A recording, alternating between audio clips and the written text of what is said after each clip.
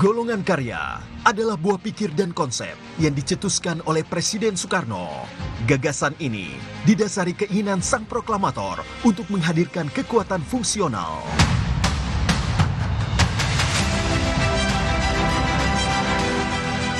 Pada tanggal 20 Oktober 1964, cita-cita Soekarno terwujud dengan lahirnya Sekretariat Bersama Golongan Karya. Sekber Golkar ini merupakan wadah dari golongan fungsional murni yang tidak berada di bawah pengaruh politik tertentu.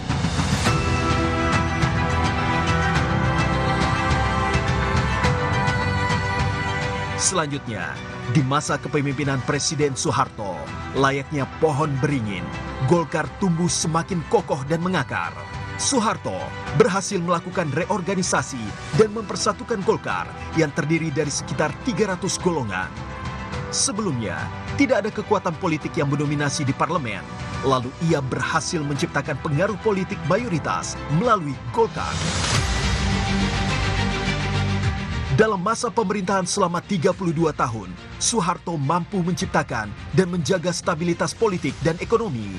Presiden kedua ini membangkitkan Indonesia dari keterpurukan ekonomi dengan dibantu para pakar yang mumpuni, terutama Sumitro Joyo Hadikusumo yang merupakan ayah Presiden Prabowo Subianto. Soeharto membalikan keadaan yang berpuncak pada swasembada pangan pada 1984. Selama periode 1967 sampai 1997, pertumbuhan ekonomi Indonesia dapat ditingkatkan dan dipertahankan rata-rata 7,2% per tahun. Dalam hal kemajuan teknologi, Indonesia menjadi negara pertama di Asia Tenggara yang berhasil meluncurkan satelit, yaitu satelit Palapa A1 pada 1976. Di tahun yang sama, PT Dirgantara Indonesia didirikan dengan nama PT Industri Pesawat Terbang Nurtanio IPTN. B.J. Habibie adalah tokoh utama dalam pengembangan industri pesawat terbang dan menempatkan negeri ini sebagai produsen pesawat terbang yang pertama di antara negara-negara ASEAN.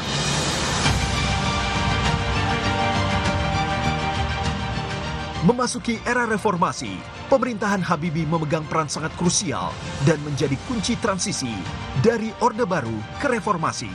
Meski singkat, kepemimpinan Habibie menciptakan fondasi penting, di antaranya menjadi tonggak dimulainya kebebasan pers.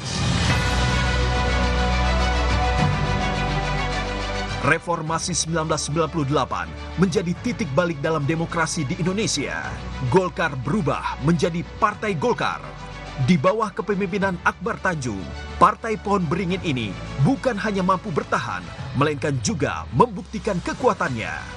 Pada pemilu 2004 yang diikuti 24 partai politik, Partai Golkar berhasil keluar sebagai pemenang dengan 128 kursi di Dewan Perwakilan Rakyat. Saudara sekalian, partai kita adalah Partai Golkar yang juga kita sebut sebagai politik rakyat dan juga untuk memperjuangkan aspirasi dan kepentingan daripada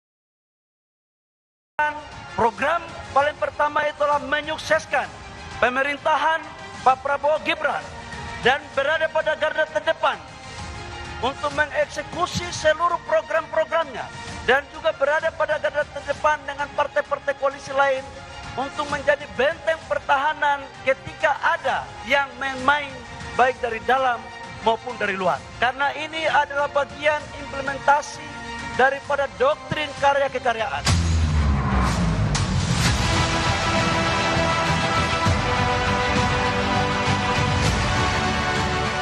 Saya berterima kasih kepada Partai Golongan Karya sebagai alumni Golkar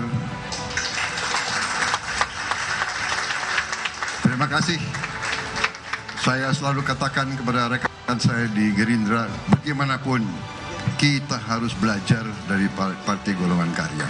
Ilmunya banyak, makanya lebih baik Golkar bersama kita daripada nggak ada Golkar bersama kita.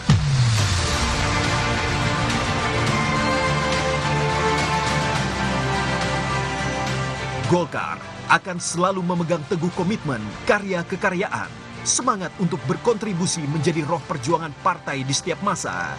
Golkar setia pada janji untuk hadir dengan solusi nyata dalam setiap tantangan yang dihadapi bangsa. Golkar solid untuk Indonesia maju. Golkar solid, Indonesia maju.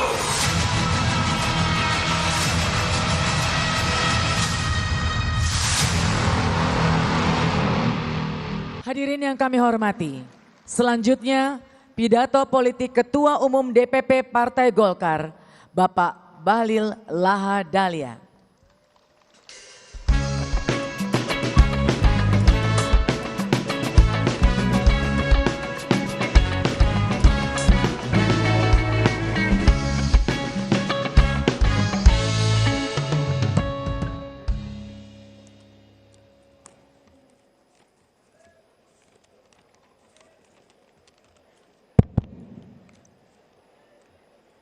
Bismillahirrahmanirrahim. Assalamualaikum warahmatullahi wabarakatuh. Shalom, Om Swastiastu, Namo Buddhaya, salam kebajikan. Yang sama-sama kita hormati, kita banggakan dan kita cintai Presiden Republik Indonesia, Jenderal Purnawirawan Prabowo Subianto, yang juga adalah alumni Partai Golkar, disempurnakan lagi dengan memakai dasi warna kuning hari ini. Jas boleh hitam, tapi dasi tetap kuning, artinya Golkar tetap ada di dalam hati Bapak Presiden Prabowo. Makasih Bapak Presiden atas kehadirannya. Ini sudah temu kangen Pak, banyak teman-teman tanyakan kepada saya bahwa Presiden datang atau tidak.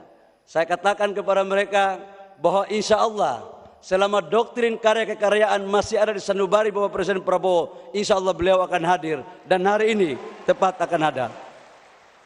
Yang saya hormati Bapak Wakil Presiden Republik Indonesia, Bapak Gibran Rakabuming Raka yang hadir bersama-sama kita juga. Kita berikan aplaus, terima kasih Bapak Wakil Presiden. Yang saya hormati Wakil Ketua MPR, abang saya Bang Muzani, terima kasih. Yang juga adalah Sekretaris Jenderal Partai Gerindra. Oh, mohon maaf, Ketua MPR RI. Berarti respon kader partai untuk cinta Gerindra ini tinggi gitu. Masuk barang, masuk. Yang saya hormati Ketua DPR RI, kakak saya Ibu Puan Maharani, kata Ketua Panitia Perempuan hebat katanya.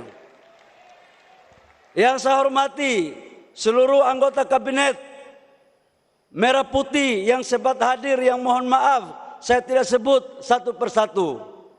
Ketua-ketua umum partai politik yang sempat hadir, yang mohon maaf saya tidak sebut satu persatu. Lebih khusus yang saya hormati Wakil Presiden ke-10 dan ke-12 yang juga mantan Ketua Umum DPP Partai Golkar, Bapak Muhammad Yusuf Kalla yang sudah hadir bersama-sama kita. Ini kader Golkar yang pasca reformasi yang punya jabatan Wapres 2 kali dan presidennya berbeda, cuma Pak Yusuf Kalla aja. Itu terjadi karena pernah jadi ketum Golkar, kira-kira begitu. Yang saya hormati Ketua Dewan Pembina Partai Golkar, Pak Agus Gumiwang. Ketua Dewan Kehormatan, Bang Ical. Kita berikan aplaus kepada Pak Abu Rizal Bakri. Ketua Dewan Etik dan seluruh senior-senior yang mohon maaf saya tidak sebut satu persatu. Sekretaris Jenderal, Wakil-Wakil Ketua Umum, Bendahara Umum, dan seluruh pengurus DPP Partai Golkar yang hadir pada hari ini.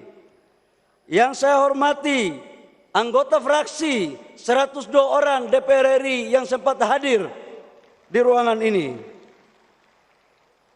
Para ketua Ormas Hasta Karya, ketua-ketua Golkar, DPD 1, DPD 2, yang saya muliakan yang hadir pada hari ini. Dan seluruh anggota DPR, kabupaten, kota, provinsi yang berjumlah 2.900 yang baru selesai mengikuti pembekalan dalam mengawal pemerintahan Prabowo Gibran ke depan. Seluruh kader dan hadirin yang berbahagia. Pertama-tama, marilah kita panjatkan puji syukur kita kehadiran Allah Subhanahu wa taala atas limpahan rahmat kasih sayangnya sehingga pada hari ini kita dapat berkumpul di sini dalam rangka mengikuti perayaan puncak HUT Golkar yang ke-60. Hari ini merupakan hari yang sangat penting. Ibarat usia seorang manusia, 60 tahun bukanlah usia yang muda.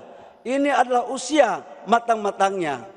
Karena itu kalau kita menengok ke belakang tentang bagaimana proses Partai Golkar lahir, sesungguhnya Partai Golkar lahir adalah merespon terhadap kondisi politik yang pada saat itu terjadi di zaman Orde Lama. Stabilitas politik yang tidak menentu, adanya gerakan politik yang merubah ideologi Pancasila kepada ideologi lain. Atas dasar kesadaran itulah kemudian muncul gabungan organisasi-organisasi yang mengatasnamakan sebagai sekber dan mendeklarasikan diri pada tanggal 20 Oktober tahun 64. Dan disitulah terjadi bergabungnya antara TNI dan organisasi-organisasi sebagai cikal lahirnya Partai Golkar.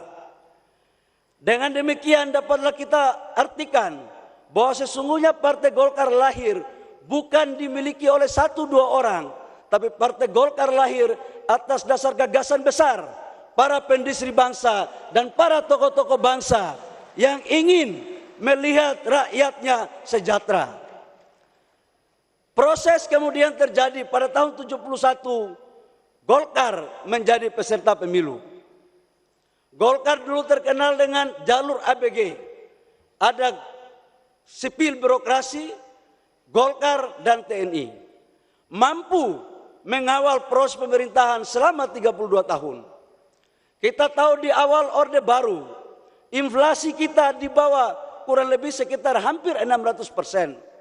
Pengangguran di mana-mana, pangan susah, lapangan pekerjaan yang kita butuh, dan pertumbuhan ekonomi kita yang tidak baik. Alhamdulillah, selama 30 tahun lebih, Partai Golkar bersama-sama pemerintah mampu merubah pola pikir dan kondisi ekonomi bangsa, di mana pertumbuhan ekonomi kita kurang lebih di atas 8%, dan kita mampu melakukan swasembada pangan, serta inflasi kita terjaga dengan baik, saudara-saudara sekalian. Di zaman Orde Baru juga kita pernah melakukan ekspor minyak 100 juta barel per day. Ini adalah sebagai bentuk daripada kedaulatan energi. Namun apa yang bisa kita lihat, kekuatan bangsa kita tidak hanya disegani di kawasan Asia Tenggara, tapi juga disegani di dunia. Bahkan terkenal bahwa Indonesia adalah macam Asia. Golkar lahir untuk mengawal proses pembangunan. Golkar lahir untuk menentukan dalam rangka mewujudkan apa yang dicita-citakan oleh para pendiri bangsa tentang kesejahteraan, tentang pendidikan, tentang kesehatan. Bapak Presiden, hadirin yang berbahagia, di akhir masa kepemerintahan Orde Baru, kita lihat bahwa negara kita juga mampu bersaing secara teknologi di bawah pimpinan B.J. Habibie. Namun pertanyaan yang muncul adalah, apakah negara-negara tetangga atau negara di luar itu ikhlas dan senang melihat Indonesia maju? Saya katakan bahwa proses itu belum betul-betul mereka senang kalau negara kita maju. Apa yang terjadi? Krisis ekonomi melanda negara kita pada tahun 98 yang diawali dengan krisis ekonomi berujung pada persoalan krisis politik. Mahasiswa yang waktu itu juga salah bagian daripada mahasiswa meminta pergantian pemerintah. Dan tidak hanya di sana, Golkar pun diminta turut untuk dibubarkan. Ini adalah fase-fase yang berat Bapak Ibu semua. Tapi kita diuntungkan, kita mempunyai kader-kader patriot, kader-kader Partai Golkar yang negarawan, kader Partai Golkar yang mempunyai kecerdasan, kemampuan komunikasi politik yang dipimpin langsung oleh Ketua Umum Bang Akbar Tanjung. Kita lihat Bapak Ibu semua, di sini adalah fase perubahan baru bagi golongan karya bertransformasi menjadi partai politik. Ini adalah pertama. Dan di tahun 99, kalau kita melihat banyak rakyat di pelosok-pelosok, di kota-kota, saya pernah melihat waktu itu masih mahasiswa, Bang Akbar memimpin kampanye dengan tokoh-tokoh Golkar yang lain. Sempat dari bis ke bis, dari jalan tol ke jalan tol, menghadang mereka. Tapi daya patriotisme, kemudian Golkar mampu keluar menjadi partai pemenang pada pemilu tahun 99, saudara-saudara semua. Pada tahun 2004, Golkar dengan paradigma baru Partai Golkar di zaman pasca reformasi mampu memainkan peran dengan melakukan konvensi agar kemudian 2004 menjadi partai pemenang. Konvensi adalah sebuah strategi yang menurut saya jitu, dan waktu itu peserta konvensinya adalah Ketua Umum Bang Akbar Tanjung, Bang Ical, kemudian Pak Surya Paloh, kemudian Pak Wiranto, dan Bapak Presiden Prabowo. Yang menang waktu itu adalah Pak Wiranto. Namun dalam Pilpres belum Allah mengizinkan jadi presiden. Tetapi yang kalah konvensi 20 tahun kemudian langsung terpilih jadi presiden. Jadi memang di Golkar ini ya ketua umum itu belum tentu jadi presiden. Belum tentu. Karena Golkar ini inklusif. Dan itu telah dicontohkan oleh Bang Akbar. Beliau ketua umum membuka diri bagi yang lain untuk ikut berkompetisi. Artinya apa? Yang saya mau sampaikan bahwa Golkar sebagai partai yang betul-betul adaptif, yang mau mengikuti perkembangan tentang sistem politik yang ada. Pasca pemilihan konvensi, apakah kemudian Partai Golkar sudah selesai? Enggak lagi. Muncul fase berikut. Pasca konvensi, Partai Golkar melahirkan kader-kadernya yang luar biasa, kemudian mendirikan partai lain. Jadi Golkar selalu silih berganti, naik turun. Diawali dengan Hanura yang didirikan oleh Pak Wiranto. Waktu itu orang berpikir Golkar akan semakin suaranya turun. Tapi alhamdulillah, sekalipun ada yang pergi, ada juga yang datang.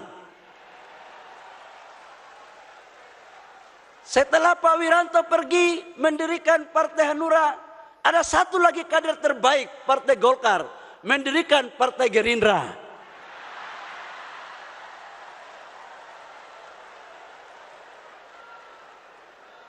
Belum berakhir, Partai Gerindra pergi, satu lagi kader terbaik Partai Golkar mendirikan Nasdem.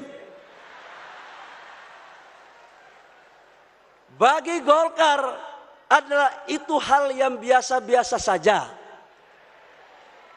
Karena Golkar sebagai ibu kandung menganut mazhab doktrin karya kekaryaan. Golkar menghargai perbedaan pilihan kader-kader Partai Golkar.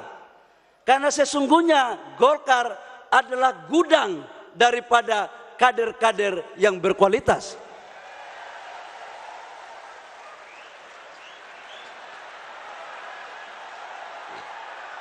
Saya juga ingin menyampaikan bahwa dalam perilaku politik Golkar tidak pernah menghina atau meremehkan partai yang lain.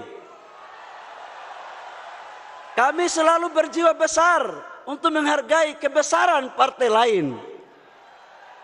Dan oleh karena itu dalam perspektif hubungan kami dengan partai-partai yang lain, khususnya alumni-alumni Partai Golkar, kami seperti satu rumah, cuma beda kamar saja.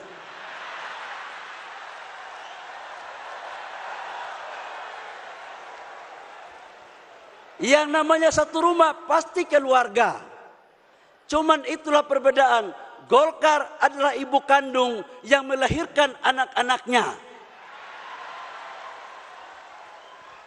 Bapak Presiden, hadirin yang berbahagia.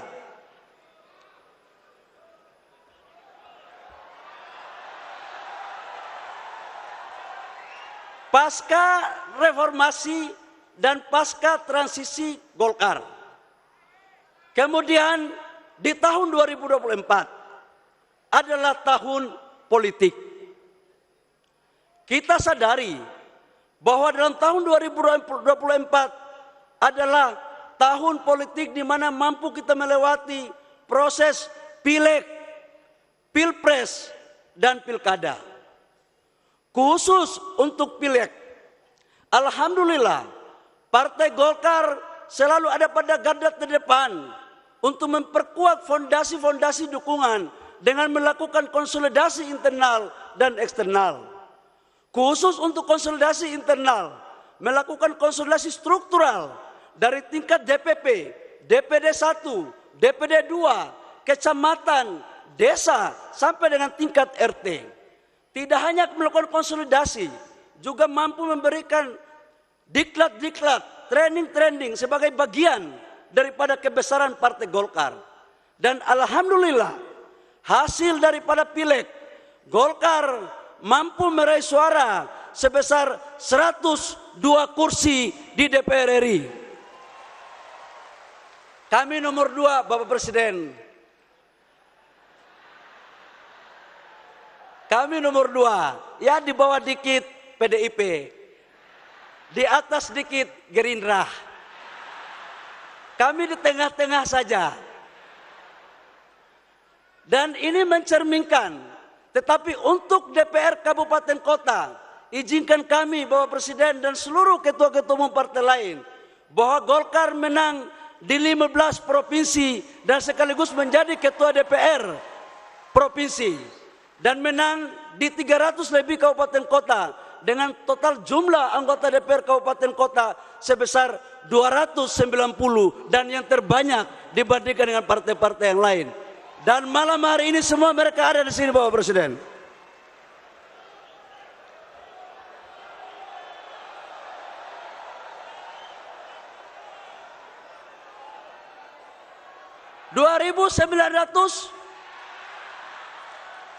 Oh, maklum ketua umum baru. Kalau datanya belum clear itu salah sekjen. Tuh. Bapak Presiden dan hadirin yang saya hormati, terkait dengan Pilpres, alhamdulillah Golkar bersama-sama Partai Gerindra dan Partai Koalisi telah bersepakat untuk mencalonkan pasangan calon presiden pada saat itu Prabowo Gibran dengan nomor urut 2. Golkar dan partai koalisi yang lain bersama-sama bekerja keras untuk memenangkan pasangan kita untuk menjadi presiden dan wakil presiden. Alhamdulillah juga, alhamdulillah terpilih dengan suara signifikan sebagai presiden dan wakil presiden. Ini karena sudah banyak belajar soalnya dari konvensi dan beberapa kali ini ilmunya udah semuanya pas. apalagi Golkar dukung. Jadi insya Allah menjadi yang terbaik bagi rakyat, bangsa, dan negara. Selain daripada Pilpres, yang terakhir yang baru kita saksikan bersama-sama adalah Pilkada. Pemilu kada baru selesai. Banyak kenangan, cerita, dan tulisan dari lubuk hati maupun dari lubuk-lubuk yang lain. Yang hampir suaranya semuanya sama. Kok pilkadanya kosnya tinggi ya? Setelah pilkada, sekarang mulai kita mengatakan saling menyalahkan antara satu dengan yang lain. Ada yang merasa bersih dan yang lain kotor. Ada yang merasa membawa institusi A, institusi B ikut intervensi. Saya ingin mengatakan kepada kita semua di sini, sebagai sesama anak bangsa, Golkar berpandangan tidak untuk kita saling menyalahkan antara satu dengan yang lain. Kalau itu salah adalah salah kita semua, dan kalau itu benar adalah benar kita semua. Hampir sebagian partai politik yang besar pernah mengalami kekuasaan, terutama Golkar. Partai yang lain juga pernah mengalami kekuasaan, dan ilmunya ini sebenarnya sama-sama tahu. Ini sama-sama tahu, cuman ada yang pergi, ada yang baru. Bapak Ibu semua yang perlu saya sampaikan, dalam pandangan saya sebagai mantan aktivis yang ikut mempelopori reformasi, pertanyaan yang muncul, yang menggelitik di hati saya, apakah demokrasi seperti ini yang kita inginkan? Saya mau tanya, apakah demokrasi seperti ini yang kita inginkan, saudara-saudara sekalian? Kalau ini yang kita pertahankan, mau jadi apa demokrasi ini? Dalam kajian banyak partai Golkar, Bapak Presiden, ada suara-suara yang muncul dari kajian kami. Ini pilkada rasa pilkades. Partai Golkar telah berpikir bahwa ke depan harus ada satu formulasi yang tepat.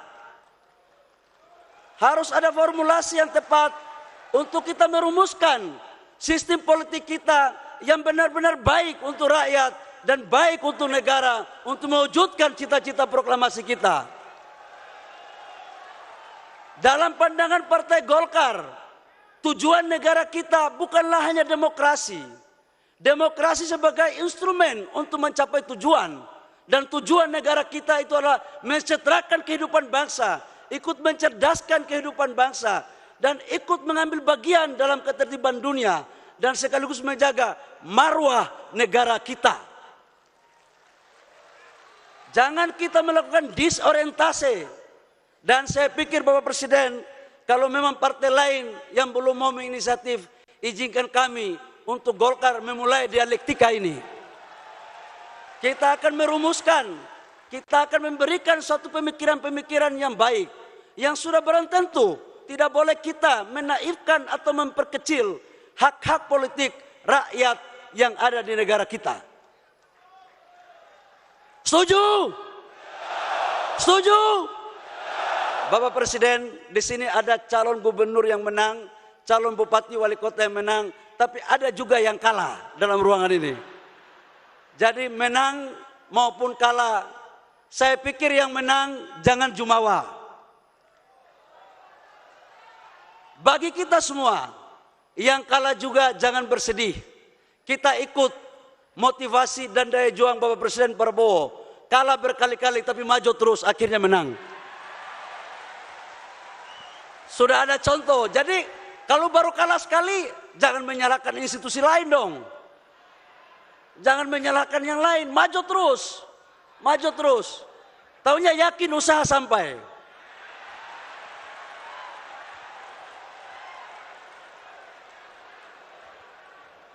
Jadi kita harus, Partai Golkar harus betul-betul mampu memainkan peran.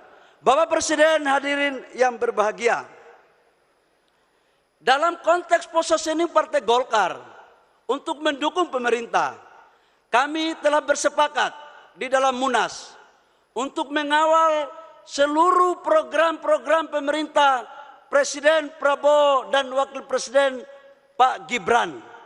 Terutama dalam aspek cita, minimal ada 4 program terkait dengan kedaulatan pangan, energi, hilirisasi, dan makanan bergizi.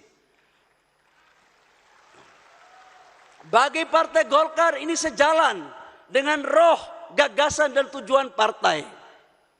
Hanya dengan hilirisasilah mampu kita menciptakan lapangan pekerjaan, mampu meningkatkan pertumbuhan ekonomi, dan mampu melakukan penetrasi terhadap pemerataan pertumbuhan ekonomi. Kedaulatan pangan dan kedaulatan energi merupakan kebutuhan bangsa. Dan satu hal, Bapak Presiden, Partai Golkar sangat menghormati, mengagumi, dan mendukung penuh terhadap makanan bergizi, karena inilah cita-cita daripada amanat Undang-Undang 45 untuk mencerdaskan kehidupan bangsa.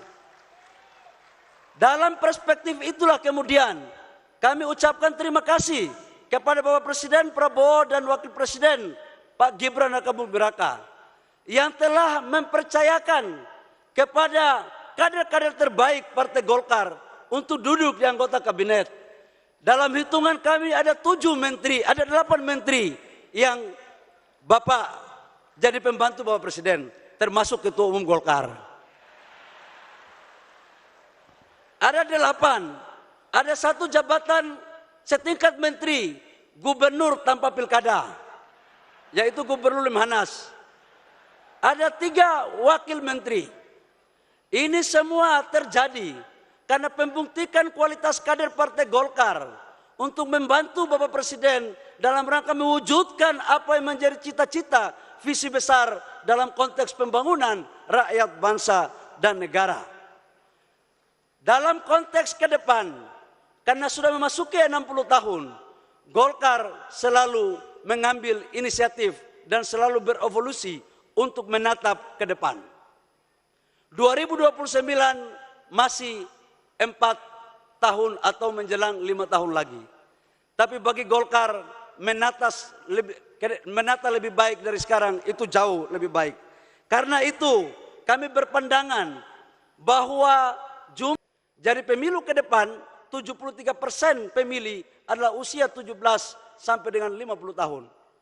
Golkar akan selalu berpikir untuk membuat strategi merekrut anak-anak muda sebanyak-banyaknya, anak-anak milenial dari ujung tifuk bangsa kita dari Aceh sampai Papua.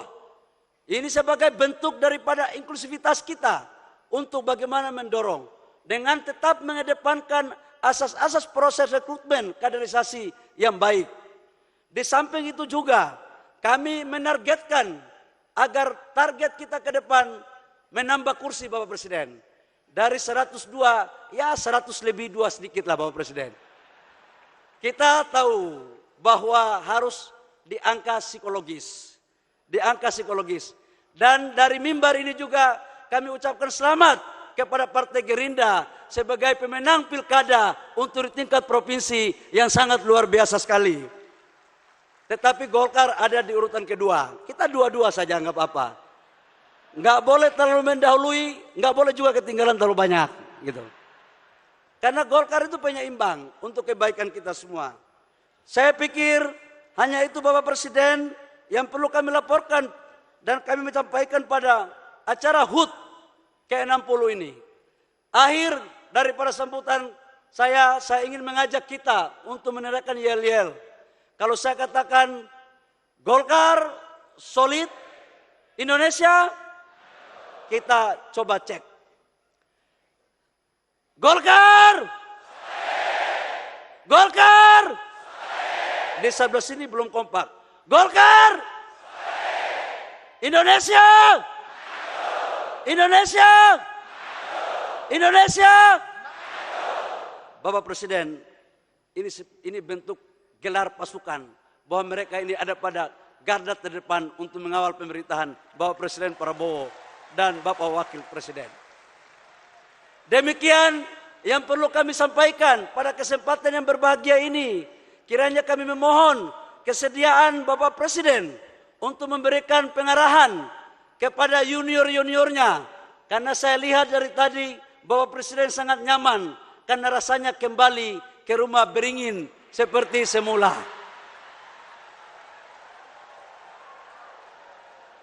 Rumah aslinya Bapak Presiden itu di sini sebenarnya. Tapi nggak usah kita lanjutkan. Insya Allah kita selalu bersama Bapak Presiden pemerintah untuk mewujudkan kesejahteraan rakyat. Demikian, terima kasih. Kurang lebihnya mohon maaf. Wabillahi taufiq wal hidayah. Wassalamualaikum warahmatullahi wabarakatuh. Shalom, Om Santi Santi Om, Namo Buddhaya, salam kebajikan.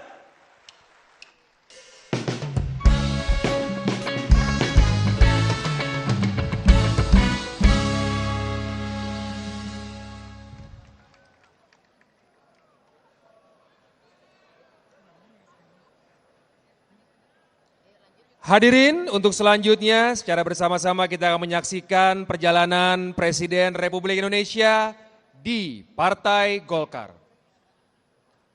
Pada tahun 2004,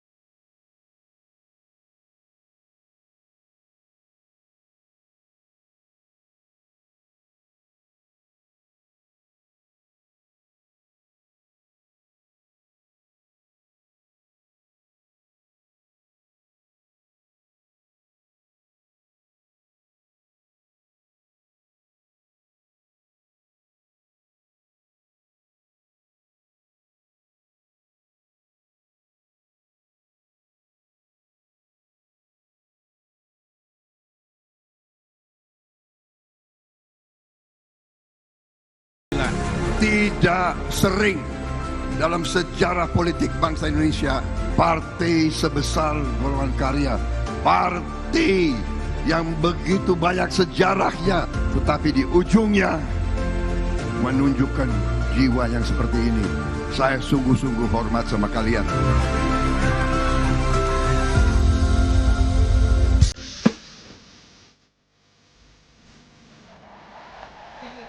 Hadirin yang berbahagia, selanjutnya marilah kita simak bersama sambutan Presiden Republik Indonesia, Bapak Prabowo Subianto.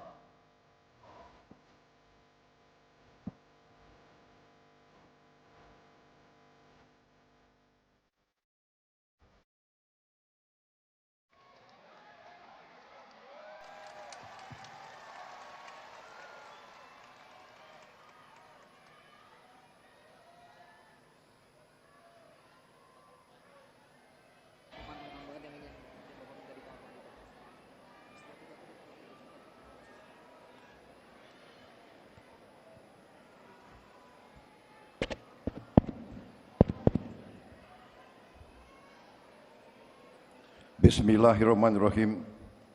Assalamualaikum warahmatullahi wabarakatuh.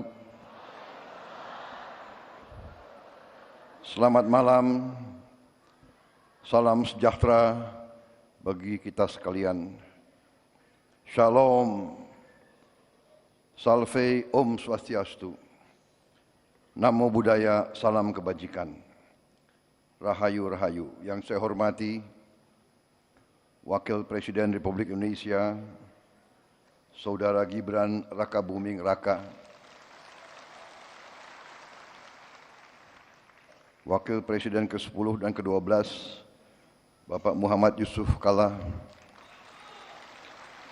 Ketua Umum Partai Golongan Karya, Saudara Bahlil Lahadalia, Ketua MPR RI, Saudara Ahmad Muzani, Ketua DPR RI, Ibu Puan Maharani, yang saya hormati. Para Ketua Umum Partai Politik yang hadir, Ketua Umum Partai Amanat Nasional, Saudara Zulkifli Hasan,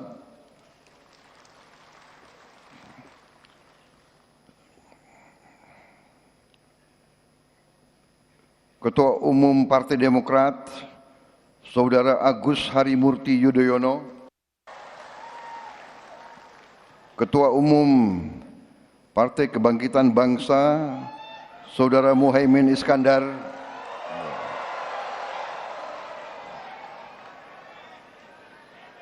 Ketua Umum Partai Nasdem yang diwakilkan, beliau berhalangan, Ketua Umum PKS, Saudara Ahmad Saiku berhalangan hadir, diwakilkan.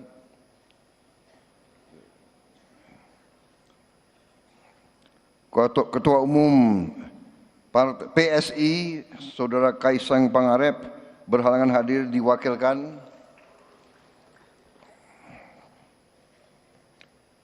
Partai Gelora, Saudara Anies Mata,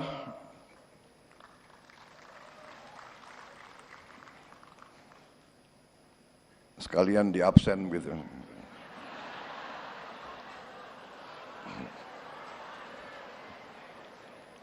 Ketua Umum Partai Prima, Saudara Agus Jabu Priyono,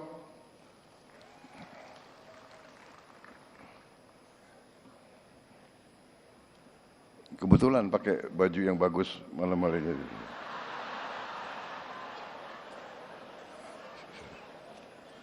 Batiknya baru beli begitu.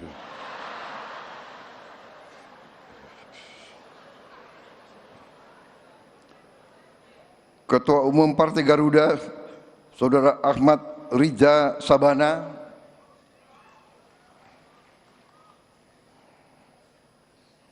PLT Ketua Umum DPP Partai PPP, Partai Persatuan Pembangunan, Saudara M. Mardiono, tokoh-tokoh Partai Golongan Karya, kawan-kawan saya.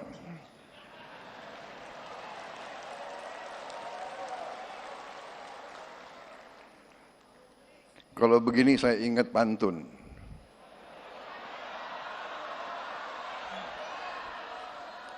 Satu dua cempaka biru, 3-4 dalam jambangan.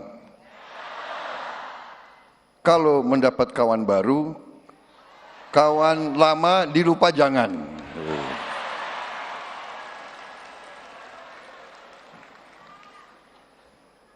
Saya juga lihat di sini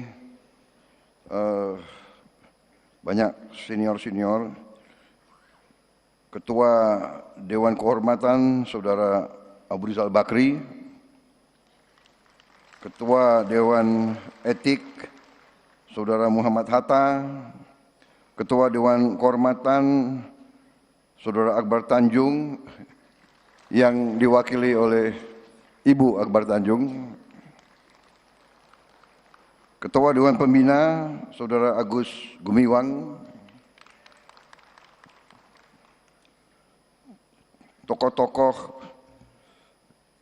Saudara Bambang Susatyo, Saudara Agung Laksono, Sekjen Saudara Sarmuji, Bendara Umum Saudari Sari Yuliati, para Wakil Ketua Umum, para anggota DPR RI, anggota DPRD provinsi dan kabupaten kota yang hadir, para gubernur dan wakil gubernur serta bupati wali kota yang terpilih dan yang belum terpilih yang hadir. Seluruh kader Partai Golkar, keluarga besar Partai Golkar di seluruh Indonesia yang saya hormati dan saya banggakan.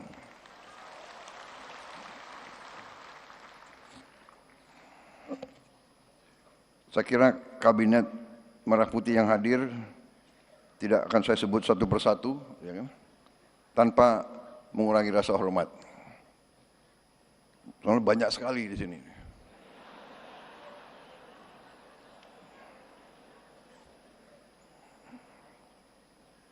Gubernur terpilih, saya sebut aja ya, Saudara Emmanuel Malkiades Makalena dari NTT,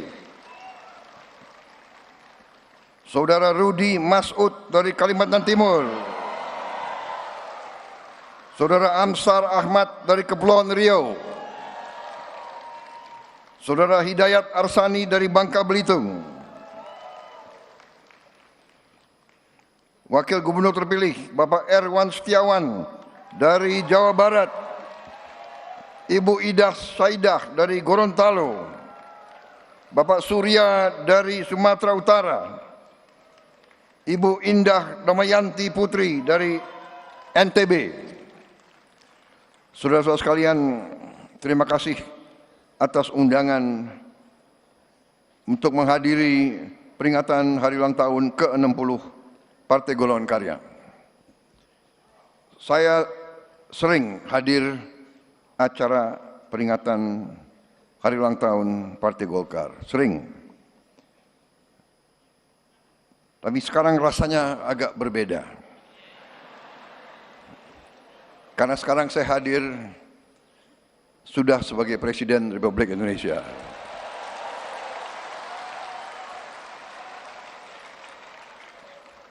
Terima kasih Partai Golkar yang mendukung, membela dan berjuang bersama saya dan Mas Gibran dalam pemilu yang baru lewat tahun 2024.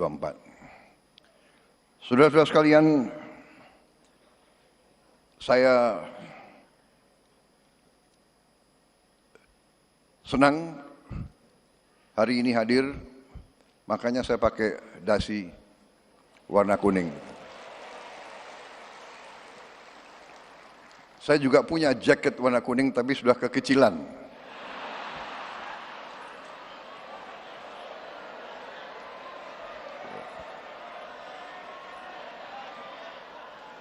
Jadi jalan tengah tadi cari sekpri, buru-buru cari apa itu dasi warna kuning. Saudara-saudara sekalian, hadir hari ini, sore hari ini, saya melihat semangat yang baik, terutama dari Ketua Umum Saudara, Ketua Umum yang baru. Ya. Beliau saya kenal juga tidak lama, baru-baru saja kita kenal, Pak ya. Baru-baru saja.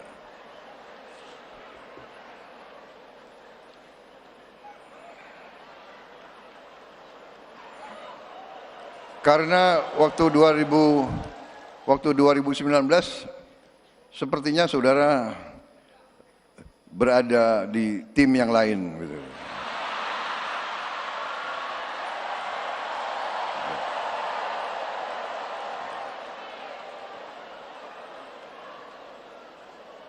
Maaf, saya lihat juga tokoh-tokoh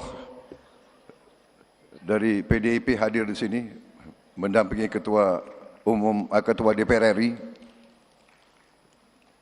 saudara-saudara saya dari Indonesia bagian timur. Saudara-saudara sekalian, Walaupun kenalnya belum lama,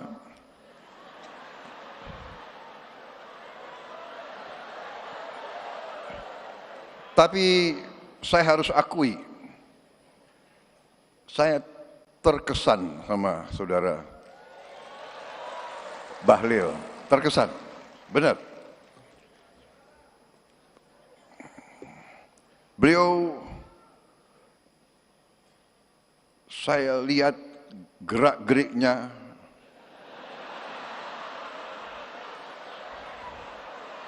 pemikirannya, ucapan-ucapannya, pandangan-pandangannya cukup meyakinkan.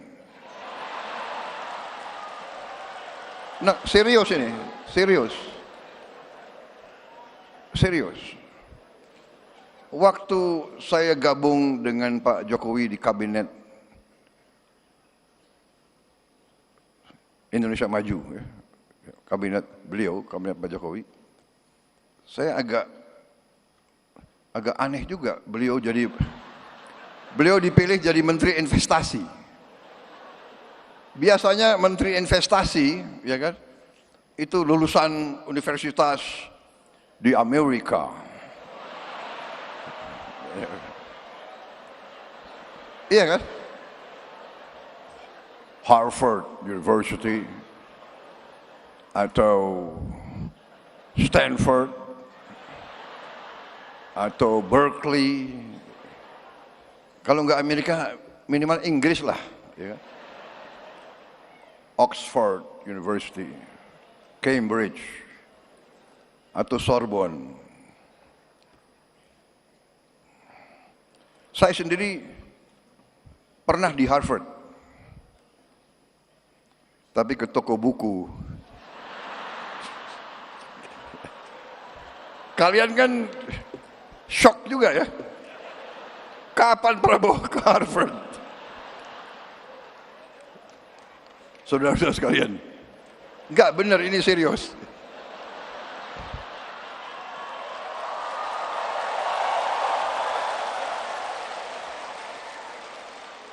Aneh ini, kenapa Pak Jokowi milih Pak Bahlil Menteri Investasi? Apalagi beliau dari Papua kan? Biasanya itu jabatannya tuh Menteri Pembangunan Desa Tertinggal gitu.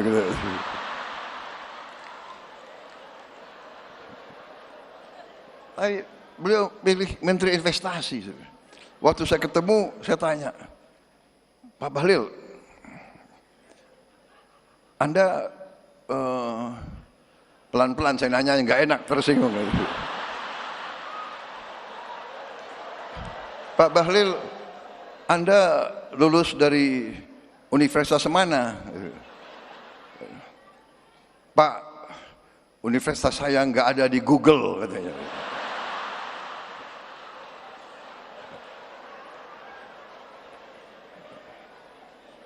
Habis itu, Anda kalau ketemu investor asing gimana?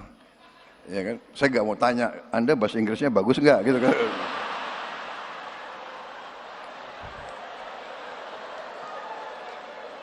Dia bilang ke saya, Pak, nggak ada masalah Pak itu.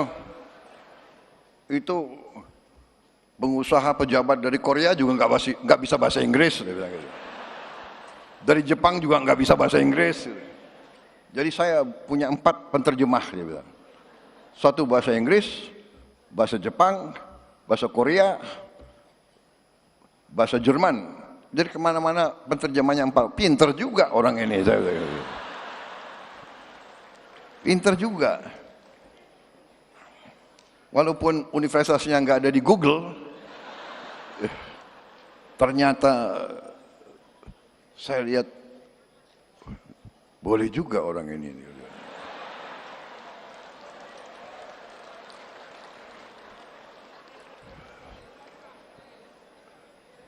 Jadi ternyata beliau besar di Fak-Fak ya.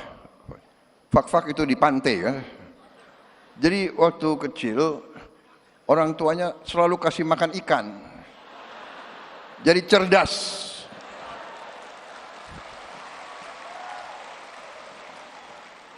Dan saya, walaupun sebentar, saya lihat dan saya saksi bagaimana beliau beroperasi.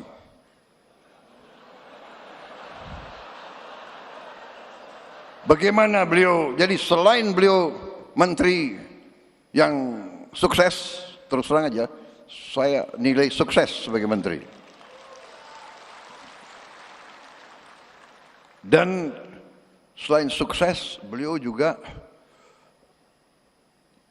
ternyata operasinya luar biasa. Operasinya. Loh, seorang pemimpin politik ya harus demikian, ya kan? Mengerti masalah politik, mengerti ekonomi, mengerti kenegaraan, mengerti operasi. Kalau enggak bisa jadi pemimpin politik. Dan ternyata penilaian saya benar. Beliau terpilih sebagai Ketua Umum Partai Golongan Karya. Dan saya melihat bahwa di atas kepintaran, di atas teknokrasi, di atas profesionalisme, yang paling penting adalah patriotisme, saudara-saudara.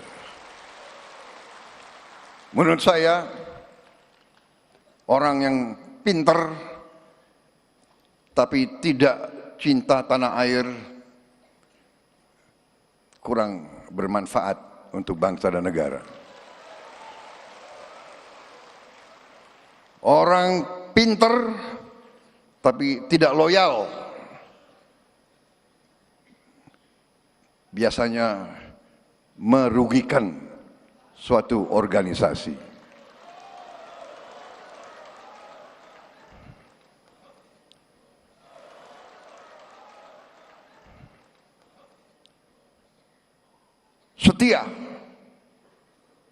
Setia gampang diucapkan, sulit untuk dilaksanakan.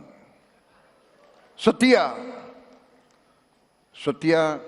terutama adalah kepada bangsa, negara, dan rakyat. Dan itu yang saya lihat dari Saudara Bahlil. Ini bukan saya muji-muji ya. Saya presiden loh.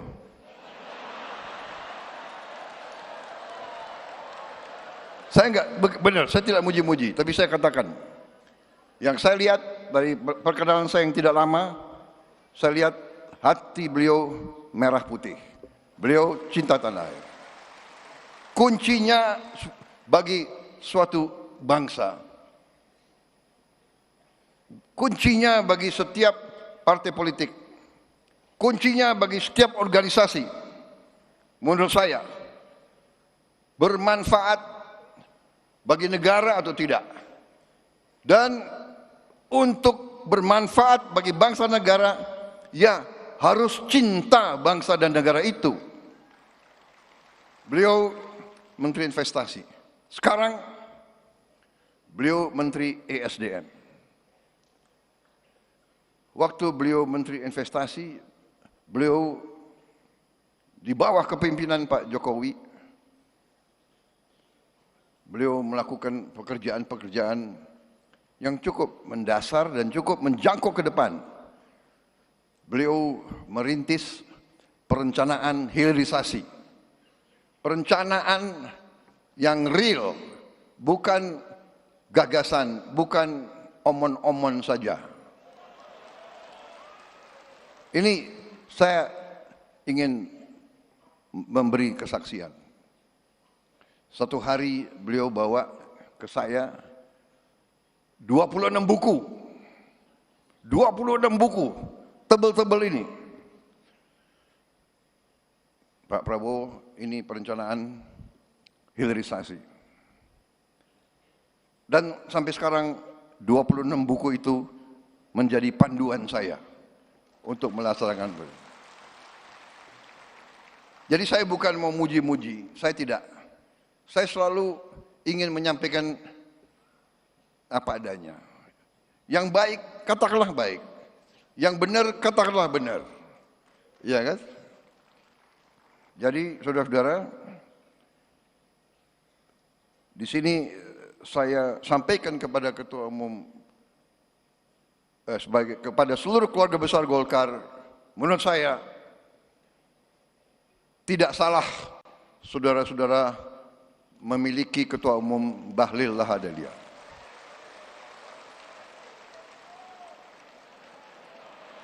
Memang saya setuju, golongan karya ini gudang orang-orang hebat.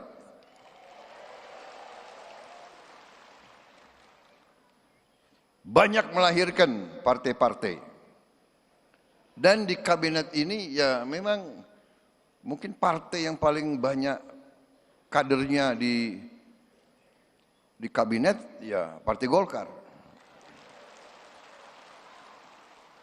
Tapi bukan karena saya takut sama Golkar, bukan. Takut sama Golkar. Saudara kok ditakuti. Ya, tapi karena memang kader yang disodorkan baik-baik gitu loh. Ada yang disodorkan ke saya, apa itu? Menteri Komdigi, ya kan sekarang ini Komdigi kan?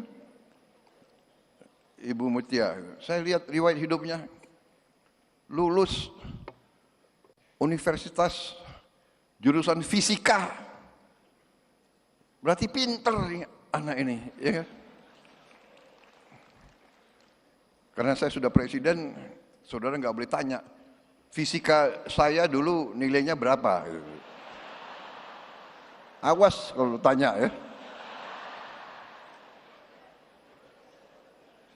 Jadi ini yang diajukan orang hebat-hebat, bagaimana? Ya kan?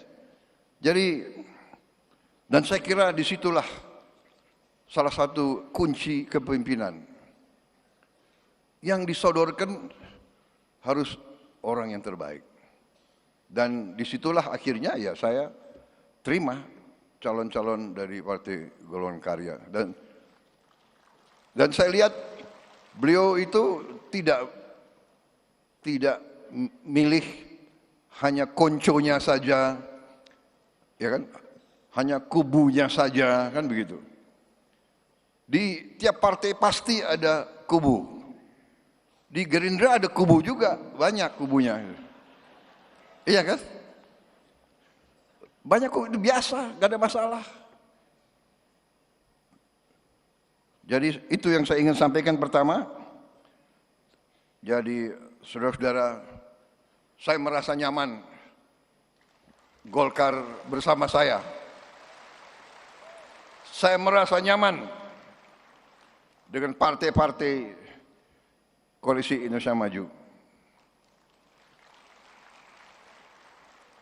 Saya merasa nyaman ada Mbak Puan di sini malam hari ini.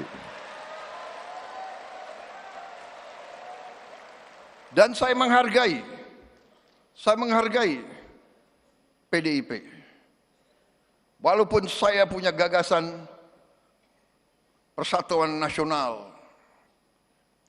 mau ikut-ikut Bung Karno. Tapi saya menghargai bahwa untuk demokrasi mungkin perlu ada yang di luar koalisi sebagai check and balance untuk mengawasi kita. Tapi saya yakin walaupun di luar di dalam, saya yakin di ujungnya seluruh partai politik yang di Indonesia, dalam hati mereka, hati paling dalam adalah cinta tanah air, cinta merah putih. Karena itu kita sekarang ini harus percaya diri. Jangan lagi kita mau diadu domba. Belajarlah dari sejarah. Kita terlalu lugu. Bangsa Indonesia terlalu lugu Kita sering dibohongi. Kita harus ngoreksi diri. Lugu, bukalah semua ajaran. Bukalah buku-buku pelajaran. Bukalah pelajaran nenek moyang kita sendiri. Pemimpin tidak boleh lugu. Pemimpin harus waspada. Eling lan waspodo. Tidak boleh lugu. Makanya saya perlu cukup lama untuk menjadi Presiden Republik Indonesia. Saya menganggap itu sebagai bagian penggemblengan, bagian pendidikan, saudara sekalian. Sebenarnya capek juga 20 tahun. Ya kan? 2004, 2009, 2014, 2019, baru tahun 24.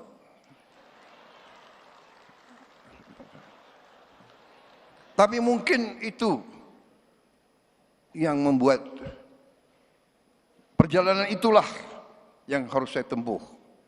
Jadi saudara-saudara, ini terutama yang kemarin di pilkada belum terpilih, benar disampaikan ketua umum kalian, jangan pernah menyerah, jangan pernah patah hati. Ya, petarung biasa, bertarung jatuh itu biasa. Yang tidak biasa adalah setelah jatuh berdiri lagi, bertarung lagi. Saudara-saudara, jadi ini pelajaran yang saya jalankan. Tapi saya sangat tertarik pemikiran Ketua Umum Partai Golkar. Menurut saya hari ini yang paling penting yang disampaikan Ketua Umum Partai Golkar tadi, bahwa kita semua merasakan demokrasi kita yang kita jalankan ada suatu atau ada beberapa hal yang harus kita perbaiki bersama-sama.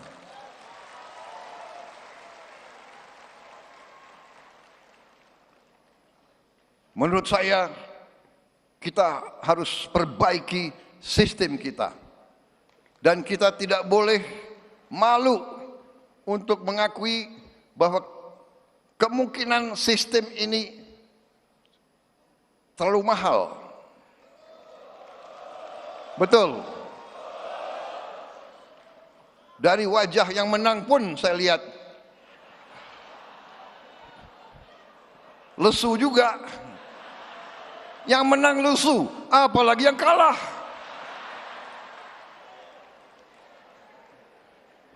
Kita harus berani mengoreksi diri. Karena itu saya hargai bahwa Ketua Umum saudara itu jeli. Itu saya katakan, beliau ini cerdas.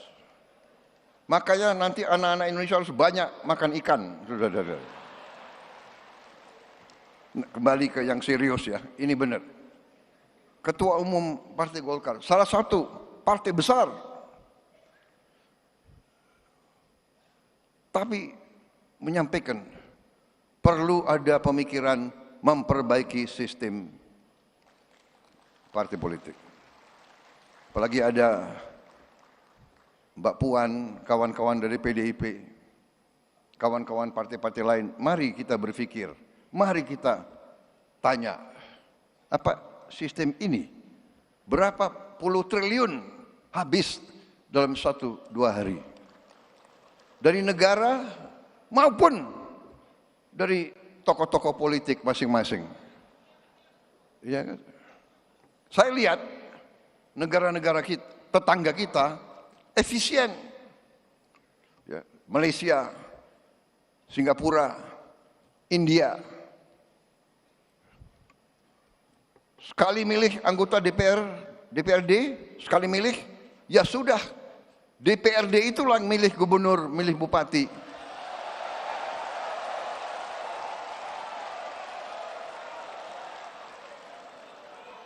Efisien, nggak keluar duit. Kayak kita kaya, bener nggak? Uang yang bisa beri makan anak-anak kita, uang yang bisa perbaiki sekolah, uang yang bisa perbaiki irigasi, uang yang bisa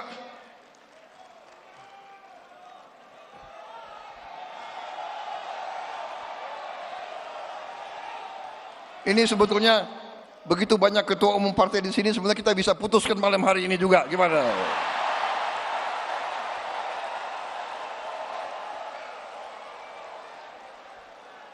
Kalau saya, ya, jangan terlalu dengar itu konsultan asing itu loh. Ya. Saya sekali lagi, saya tidak mau mengajak kita untuk anti orang asing, tidak. Tapi belum tentu mereka mikirin kita kok, ya kan? Hah? Ya kan?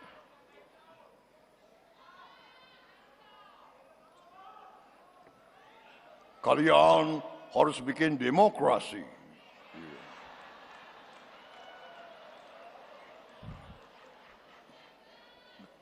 Sebaiknya kalian kalau bisa tiap 3 bulan pilkada. Belum tentu dia, iya kan? Jadi saudara-saudara tadi, saya kira acara malam ini ya bagus tadi, tari-tari gitu, saya suka juga itu. Tapi ini tadi sesuatu yang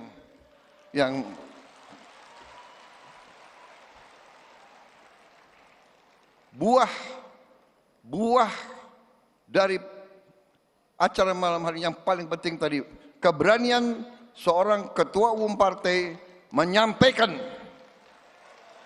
sesuatu yang menjadi pembicaraan semua partai. Benar nggak?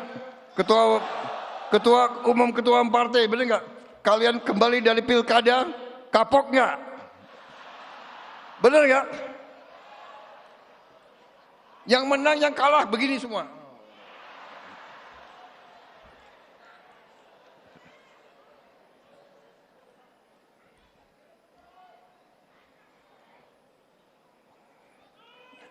Saudara-saudara, tapi kita kemarin buktikan ya, saya pemimpin Koalisi Indonesia Maju, waktu mau mulai pilkada saya bebaskan. Silakan, anggota koalisi kita bebas. Mau calonkan siapa bebas, kadang-kadang kita bersatu, kadang-kadang kita berhadapan, ya kan? Golkar ngalahin Gerindra berkali-kali di beberapa tempat, nggak apa-apa, ya kan? Tapi kita kalahkan Golkar juga. Gak ada masalah. Benar-benar itu. Kita sekarang yang penting, yang terbaik untuk rakyat.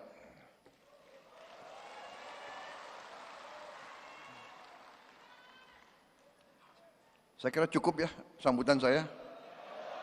Betul?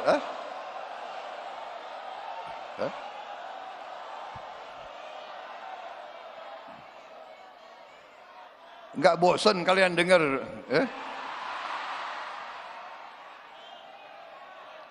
Hati-hati loh. Saya minum kopi dulu ya. Boleh.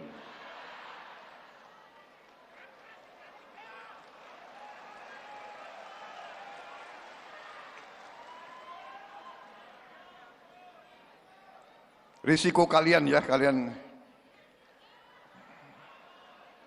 Tapi saudara-saudara, inti-intinya sudah saya sampaikan berkali-kali. Kalian sudah tahu.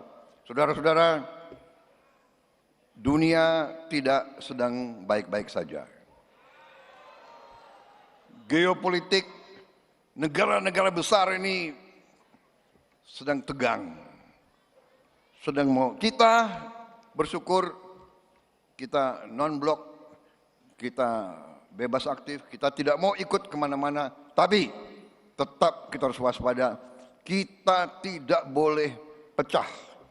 Kita tidak boleh diadu domba. Kita menjaga kerukunan antara umat agama, kerukunan antara suku, kerukunan antara kelompok etnis, kerukunan antara ras. Kita tidak boleh pecah. Kita tidak boleh terpancing, dan ini tanggung jawab kita semua sebagai pemimpin-pemimpin. Pemimpin harus memberi contoh.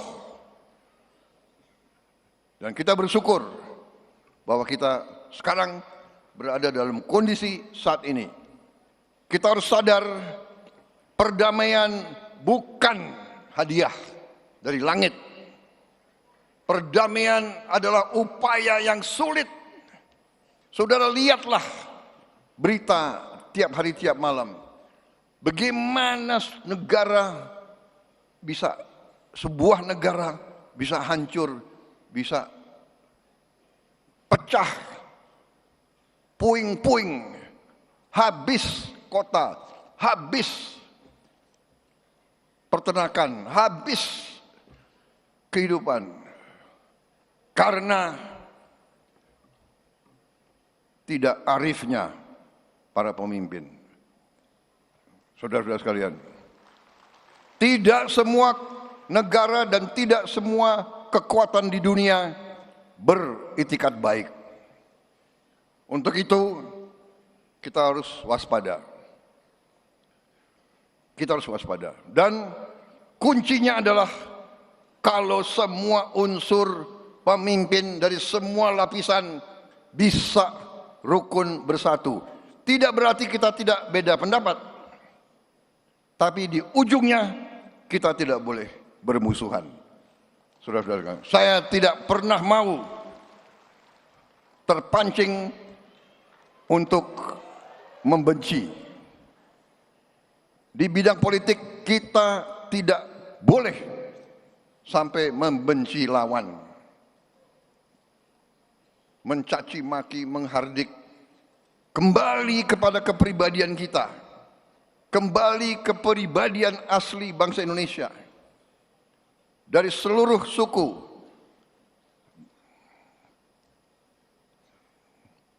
kita diajarkan oleh nenek moyang kita, iya kan? Bermusyawarahlah, berundinglah, mikul dhuwur mendem joro.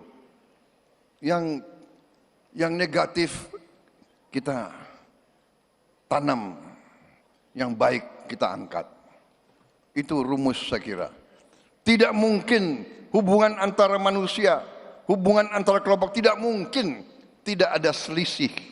Tidak mungkin tidak ada salah ucap. Tidak mungkin ada salah tindak. Tidak mungkin ada salah sangka. Tidak mungkin. Dan waspada terhadap teknologi. Belum tentu teknologi 100% membawa kebaikan. Sosmed, saya kadang-kadang kaget juga, apalagi ini, ya kan? Prabowo menghardik siapa, ya kan? Prabowo memaki-maki, nggak ada. Saya lihat, waduh, di mana? Saya cek, rupanya hoax. Terlalu gampang bikin hoax, terlalu gampang bikin fake news. Saudara-saudara, itulah saudara-saudara saya kira ingin saya sampaikan. Di tengah ketegangan Indonesia bersyukur, banyak kekurangan kita, dan tetap kita sekarang masih banyak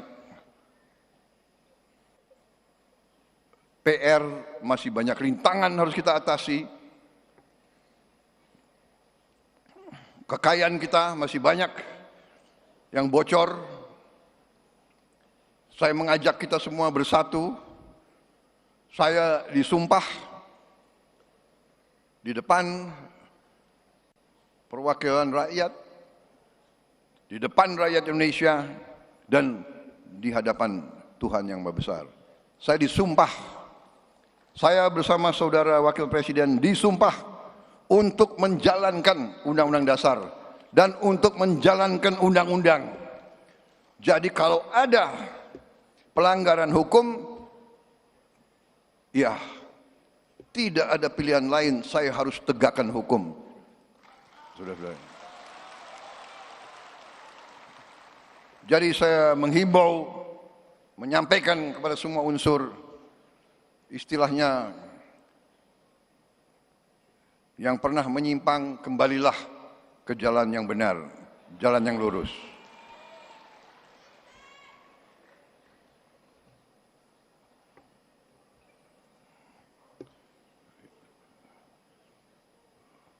Semua unsur harus patuh sama hukum. Saya melihat laporan-laporan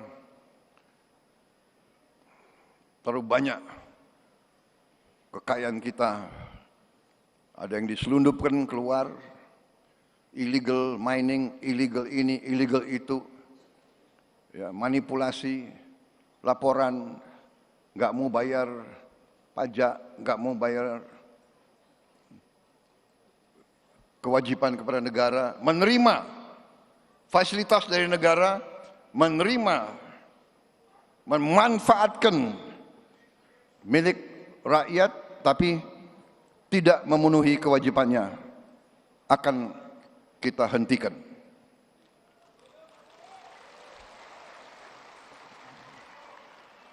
Dan saya minta dukungan seluruhnya, saya mohon dukungan Partai Golkar,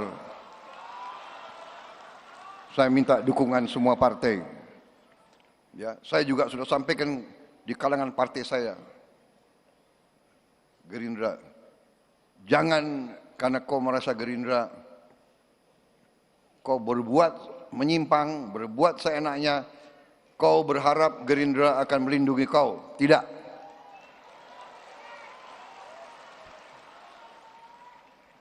Ini semua saya sampaikan kepada yang menang-menang, gubernur, wali kota, bupati. Tanya mereka apa yang saya sampaikan waktu mereka menang. Selamat kau menang, jadi pemimpin baik, jangan korupsi. Itu saya sampaikan. Karena kalau kau mengkhianati rakyat,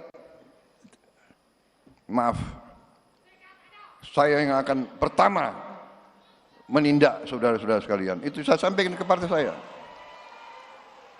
Karena pasti tiap institusi ada yang baik dan ada yang tidak baik. Ya. Semua institusi, jangan kita khawatir. Jangan ada loyalitas jiwa kors yang keliru. Kita mau lindungi anggota kita, padahal dia salah. Seluruh institusi bisa berkorban. Jadi itu saudara-saudara, saya terima kasih dukungan saudara-saudara sekalian. Marilah kita berbuat sejarah yang baik. Saya sampaikan berkali-kali, harimau mati meninggalkan belang, gajah mati meninggalkan gading. Kita nanti dipanggil Tuhan, yang kita tinggalkan hanya nama kita. Apa nama baik atau nama tidak baik. Sebelum bertindak, ingat selalu nama baikmu. Ingat istri dan anakmu. Saya sedih kalau saya lihat ada kawan saya, rekan saya, mantan senior saya, mantan junior saya ditangkap masuk penjara. Saya sedih. Saya bertanya, bagaimana istrinya, bagaimana anaknya, bagaimana anaknya di sekolah? Bapakmu koruptor ya? Oh, bapakmu kemarin ditangkap ya? Bagaimana anaknya? Coba.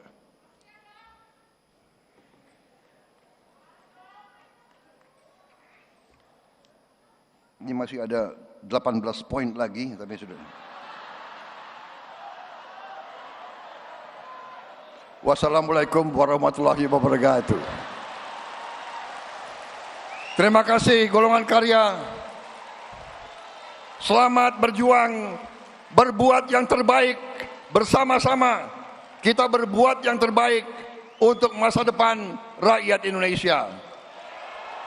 Untuk anak-anak dan cucu-cucu kita. Majulah golongan karya. Merdeka! Merdeka! Merdeka! Terima kasih.